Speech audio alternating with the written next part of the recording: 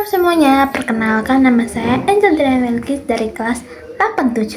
Saya hari ini akan memberikan resensi tentang novel Laut Pasang 1994. Penulis dari buku ini yaitu Arinda Nanda Suryadi yang biasa dikenal dengan nama penanya yaitu Lil Pudo. Buku ini memiliki halaman 320 halaman dengan tema keluarga, duka, dan ketangguhan hidup. Karya ini pertama kali diunggah di platform Wattpad dan mendapat banyak pujian hangat dari para pembaca. Kesuksesan Lil Pudo semakin meningkat dengan akun Wattpad-nya yang mencapai 52.000 pengikut. Dan Lil Pudo berhasil mengemas cerita fiksi dengan diselimuti sejarah kelam, yaitu peristiwa tsunami yang menghantam pesisir selatan Jawa Timur tahun 1994. Cerita ini berfokus pada keluarga Purnomo yang terdiri dari Purnomo sebagai bapak, Ratna sebagai ibu, serta 7 anaknya yaitu Khalid, Nadi, Dewangga, Apta, Esa, Dipa, Windu, serta ayam jantan kesayangan mereka yang bernama Hartono. Purnomo memiliki sifat suka mabuk-mabukan dan dia itu sering sekali masa bodoh dalam segala hal. Sedangkan Ratna sebagai ibu, ia harus menjalani perannya sebagai ibu dan juga sebagai istri di saat dia sedang sakit, yaitu mengidap sakit TBC. Juga Simba yang merupakan kakek yang selalu menemani 7 bersaudara anak-anak itu. Cerita ini berawal pada tahun 1988 dan berpusat pada Banyuwangi, Jawa Timur. Dan cerita ini memiliki alur yang mudah diikuti, walau pada awal cerita terlalu berfokus pada suasana keluarga dan juga perkenalan tokoh. Keluarga di novel ini digambarkan hangat, di mana ketujuh bersaudara tersebut saling melengkapi dan menjalin persaudaraan yang baik, serta mereka sangat menyayangi ayam kesayangan mereka yaitu Hartono.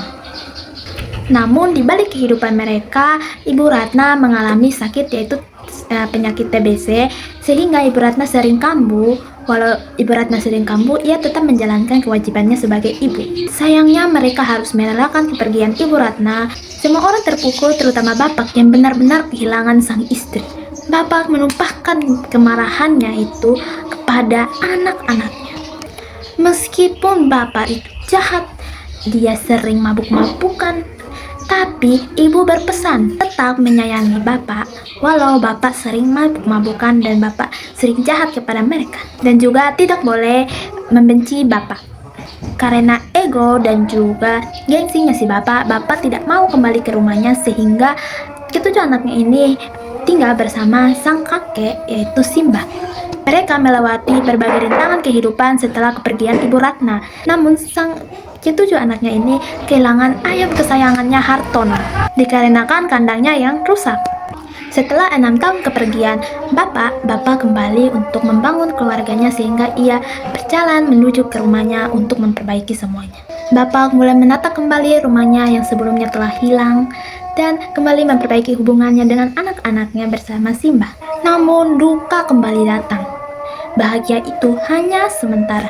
Tanah berguncang hebat menghancurkan semua yang ada di sana, serta air laut yang semakin naik ke daratan, sehingga menghancurkan rumah-rumah beserta memisahkan seluruh anggota keluarga, terutama keluarga Purnomo. Kelebihan dari novel ini mengangkat kisah nyata yang terjadi di Banyuwangi yang terjadi secara nyata di 2 Juni 1994 saat malam hari setelah terjadinya gempa bumi tektonik di Samudra Hindia, sehingga penulis menggunakan tragedi ini untuk latar belakang dari keluarga Purnomo. Kedua itu gaya bahasa yang mudah dipahami sehingga banyak disukai oleh pembaca.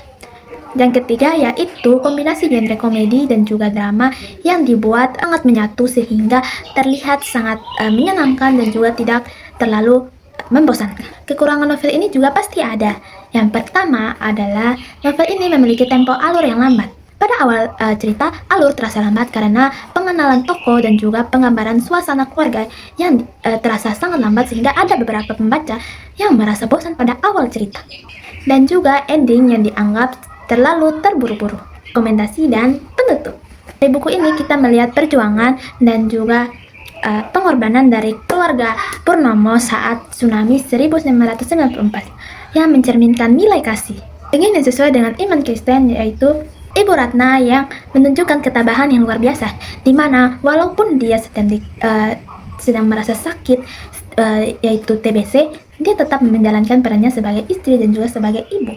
Hal ini mengingatkan kita kepada nasihat Paulus untuk tetap setia dan tetap bersukacita dalam pengharapan serta sabar dalam kesesakan yang tidak sesuai dengan iman Kristen, yaitu karena itu melanggar perintah Tuhan mengenai kekudusan hidup dan kejujuran.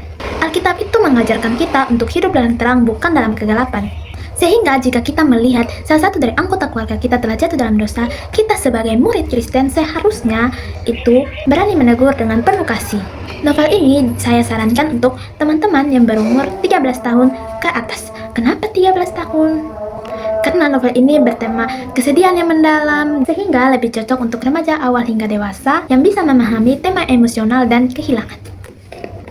Sekian dari saya, jati dibuat bangku, tempat duduk di depan taman. Sekian dari resensi bukuku dan terima kasih atas perhatianmu.